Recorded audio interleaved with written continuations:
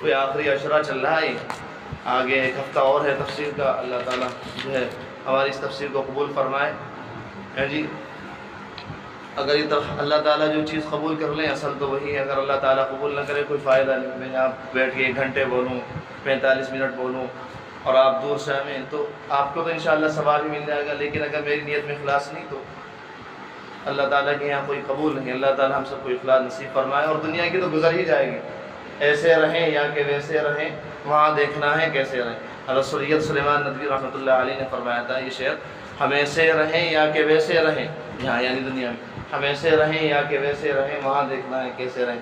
حضرت شیخ عبد الغنی پھول پوری نے حضرت حکیم اختر صاحب سے ادھر فرمایا، جھوپڑیوں پہ سے گزر ہو رہے تھے، حکیم اختر دیکھو یہ جھوپڑی والے ہیں، دن ان کا بھی گزر جاتا ہے، سورج ان پر بھی نکلتا ہے، سورج ان پر بھی غروب ہو جاتا ہے، اور بالدار بھی ہیں، بڑی بڑی کوٹھیوں والے بھی ہیں، دن ان کا بھی گزر جاتا ہے، ان پر بھی سورج نکلتا ہے، ان پر بھی سورج غروب ہوتا ہے، لیکن حقیقی دن اللہ جل جلالہ کے ماننے والوں کا، چاہے وہ چٹی روٹی کھا رہے ہوں، اللہ تعالیٰ اللہ تعالیٰ کو ہر وقت خوش رکھتے ہوں۔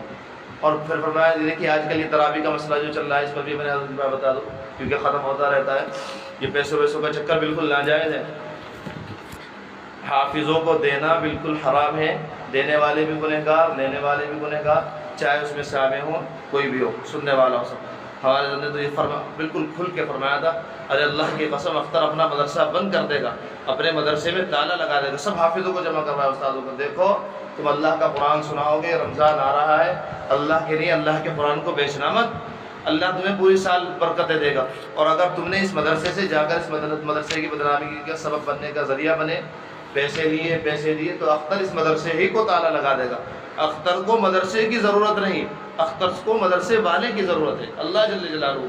تو اس زمانے میں ہمارے یہاں خوب چلتا ہے، عام طور پہ بس کوئی ہدیے کا نام، کوئی تحفے کا نام، اکثر علماء کا، تمام علماء کرام مفتیان کرام اس بات پر متفق ہیں کہ رمضان کے موقع پر تراویح پہ لین دین کسی بھی صورت میں جائز ہو، مسافے میں ہو، مسافے میں ہو، ہدیے کی شکل میں ہو، تحفے کی شکل میں ہو، دینے والے بھی گنہگار، لینے والے بھی گنہگار، قرآن کا کچھ ثواب نہیں ملے گا۔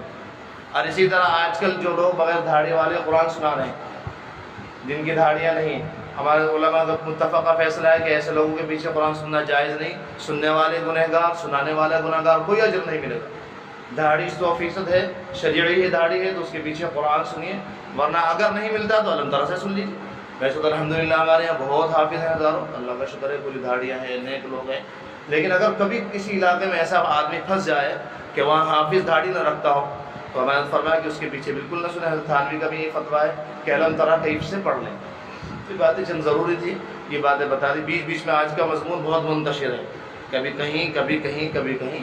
ہمارے فرمایا کرتے ہیں کہ میں تو بس نقل کر دیتا ہوں، ورنہ میں کہاں وہ کہاں، اللہ اکبر۔ چہ نسبت خاک راب عالم پاک، خاک کو کیا نسبت عالم پاک سے؟ ہمارے فرمایا کرتے ہیں میرے گلے میں میرے دوست کا پھندا پڑا ہوا ہے، وہ جدھر کو چاہتا ہے گھما لیتا ہے، ادھر کو چاہتا ہے ادھر گھوم جاتا ہوں، ادھر کو چاہتا ہے ادھر گھوم جاتا ہوں، اس لیے میرا کوئی مضمون ایک جگہ نہیں رہتا، منتشر رہتا ہے۔ کبھی جلال الدین یعنی حضرت میرا نہیں، کیا ایسی یعنی حضرت فرما رہے ہیں کہ میرا مضمون کوئی ایک جگہ نہیں رہتا، کبھی جلال الدین رومی کی باتیں تو کبھی حافظ شمس الدین شیرازی کی باتیں، کبھی اپنی باتیں تو کبھی مدرسے کی باتیں۔ تو اللہ تعالیٰ کی گردن یعنی اللہ میری گردن میں اللہ تعالیٰ کا پندھا پڑا ہوا میرے دوست کا، جدھر چاہتا ہے گھما دیتا ہے۔ تو آج کی باتیں ایسی منتشر سے ہو گئی۔ خیر آگے ایک رات آ رہی ہے لیلۃ القدر، 2-3 منٹ کے بعد ختم کر کے وقت ہو گیا۔ 21 علماء نے فرمایا کہ خاص طور سے ان راتوں میں، طاق راتوں میں اس کو تلاش کرنا چاہیے، 21، 23، 25، 27، 29، یہ تو خاص طور سے ہیں، لیکن کوشش یہ کریں کہ پورا عشرہ رات کو جا کر گزار لیں، جن کو اللہ تعالیٰ نے ہمت دی ہے، وسعت دی ہے، رات کو تھوڑی سی عبادت کر لیں، دن میں سو جائیں، عام طور پہ 10 بجے تک بھی اگر آدمی سو جائے فجر کے بعد تو نیند پوری ہو جاتی ہے۔ تو آخر عشرے کی ذرا قدر و قیمت جانے، اسی میں لیلۃ القدر ہے، جس کو اللہ تعالیٰ فرماتے ہیں کہ 1000 سال سے افضل ہے۔ انا انزلناہ فی لیلۃ القدر، لیلۃ القدر خیر من الف شہر۔ اور اگر پورے عشرے جاگنا نہ ہو تو خاص طور سے طاق راتیں، جیسے آج کی رات آئے گی 21ویں رات، 23ویں رات، 25ویں رات، 27ویں رات، 29ویں رات، ان راتوں کو غنیمت سمجھیں، ان میں خوب اللہ تعالیٰ کی عبادت کریں۔ اگر ایک رات بھی ہمیں مل گئی تو سمجھیے 90 سال کی عبادت کے ثواب ہمیں مل جائے گا۔ اور اگر خدا نہ خواستہ یہ بھی نہ ہو سکے، طاق راتیں بھی نہ ملیں، تو ہمارے فرمایا کہ کم سے کم 27ویں کو تو غنیمت ہی سمجھ لیں، کسی نہ کسی طرح لڑ مر کے اپنے آپ سے، اپنے نفس سے جھگڑ کر اس رات کو وصول کرنے کی کوشش کریں 27ویں رات کو، اور پھر 27ویں رات کے بعد 28ویں رات، 29ویں رات، پھر اس کے بعد عید۔ اللہ اکبر! عید پہ دیکھیں مسلمانوں کا حال، رمضان میں تو غلامی کا توق رہا، اور دیکھیں عید پہ کیا کرتے ہیں۔ پورے علماء نے لکھا ہے، احادیث میں آئے کہ خاص طور پہ چاند رات میں اللہ تعالیٰ کے یہاں چاند رات کا جو نام ہے وہ ہے لیلۃ الجائزہ، انعام کی رات۔ اس میں اللہ تعالیٰ انعام بانٹتے ہیں، بڑے بڑے گناہ گاروں کی مغفرت ہوتی ہے، ہر طرح کا انعام۔ فرمایا کہ پورے رمضان میں جتنی مغفرت ہوتی ہے اس ایک رات میں اتنی مغفرت ہو جاتی ہے۔ اور ہمارا حال، احتکاب والے بیٹھے ہیں تو بس یہ سمجھتے 29 ہو گیا، بس کہیں سے خبر آ جائے، کسی طرح خبر آ جائے، بس خبر آئی، سحرن بجا، دھڑا دھڑ بستر باندھا اور بازار میں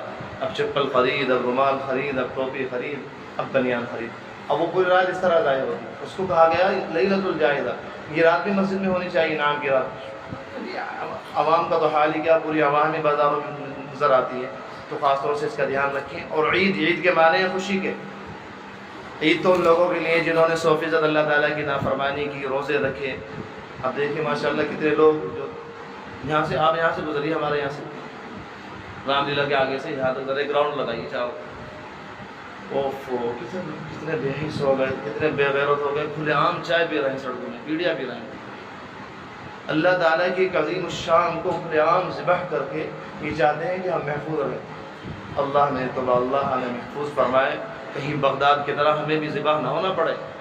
جس طرح آج اللہ جل جلالہ کے عظیم الشان احکام اس طرح سڑکوں پر ذبح ہو رہے ہیں، بغداد کی گلیوں میں جس طرح تاتاریوں نے مسلمانوں کی لاشوں کی لاشیں لگا دی تھی اور دریائے نیل اور دریائے فرات کو رنگین تک کر دیا تھا، کہیں خدا نخواستہ ہمیں یہ وہ ماحول یہاں نہ دیکھنا پڑے۔ لہذا ہم 100% گناہوں سے بچیں اور دوسروں کو روکنے کی کوشش بھی کریں، ان کو روکنے کی کوشش کریں، میں اپنے گھر والوں کو، اپنے متعلقین کو، یہ سب چیزیں ہیں۔ عید کے معنی ہیں خوشی کے، تو خوشی تو نہیں کی ہے جنہوں نے اللہ کو راضی کیا، روزہ رکھا، اصل خوشی وہی ہے۔ اللہ تعالی ہم سب کو حقیقی خوشی نصیب فرمائے۔